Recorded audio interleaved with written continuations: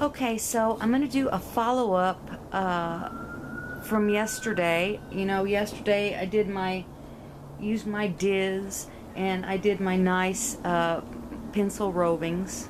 Showed you that. And so now I'm going to go ahead and put some of this on the bobbin that I've started already, and I'll show you that process.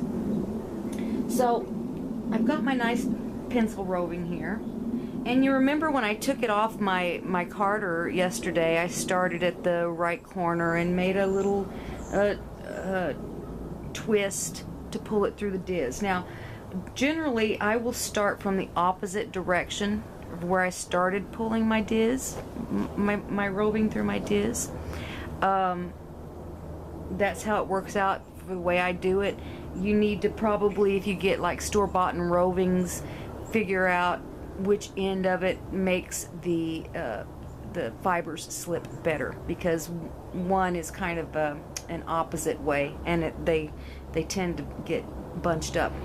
So you see I've got my end piece here, and I'm going to draft it out just a little bit like this, because my intention is that the join here to the yarn will be a nice smooth join with no bumps. Now I do have bumps. I am not a perfect spinner, and so I prefer to think of my yarn as artesian yarn. Okay, so what I'm going to do is I'm going to start my wheel. Now you'll notice that when I start my wheel and I'm doing my singles, that I will put my wheel to the right. And that's important, because when you ply and you're putting two singles together, then you want to go to the left. You're going to want to go to the opposite side, because that way those two singles will grab a hold of each other and hang on to each other.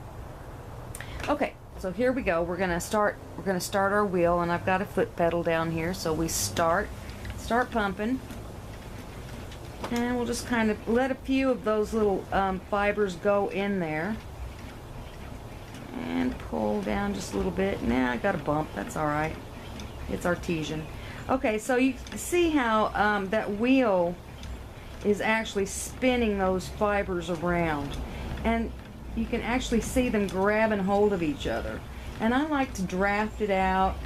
You're actually moving your left hand, and with your right hand you're kind of holding the single and making a mental note about how much of a twist is going in there.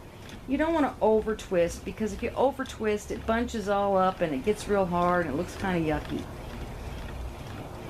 unless you're doing a specialty yarn, and some people do that. Okay, so we're going to just kind of keep pulling that, letting those fibers just slip right beside each other. And this fiber is so nice. It's got such a long staple that it really lends itself to being spun very finely. And this is, you know, if you want to leave this as a single and use it as lace weight to do lace, that it would work beautifully for that. I do like to do a double ply, socks and that type of thing. Okay, so you can see how it just kind of feeds right in there, and as it twists on itself, grabs a few more of those, and you kind of just pull back and let it grab evenly. You come to a little like that, pull it off, let it start grabbing again, try to make it nice and smooth. There you go. You got a nice smooth join that time.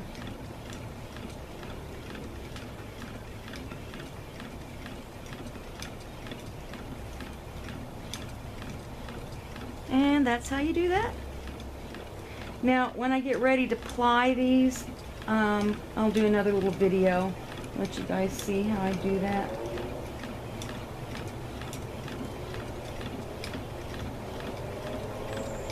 You see how this is very zen, right? You can see it's very relaxing, especially if you're doing it.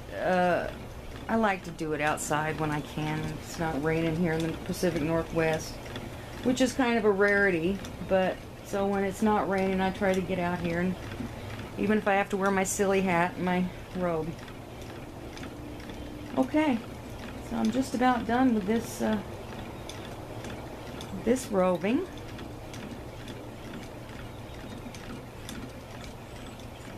And we'll keep going and keep going and keep going until we've got our whole bobbin full, and then another bobbin full, and then I'll two-ply it, and I will show you guys what that's like.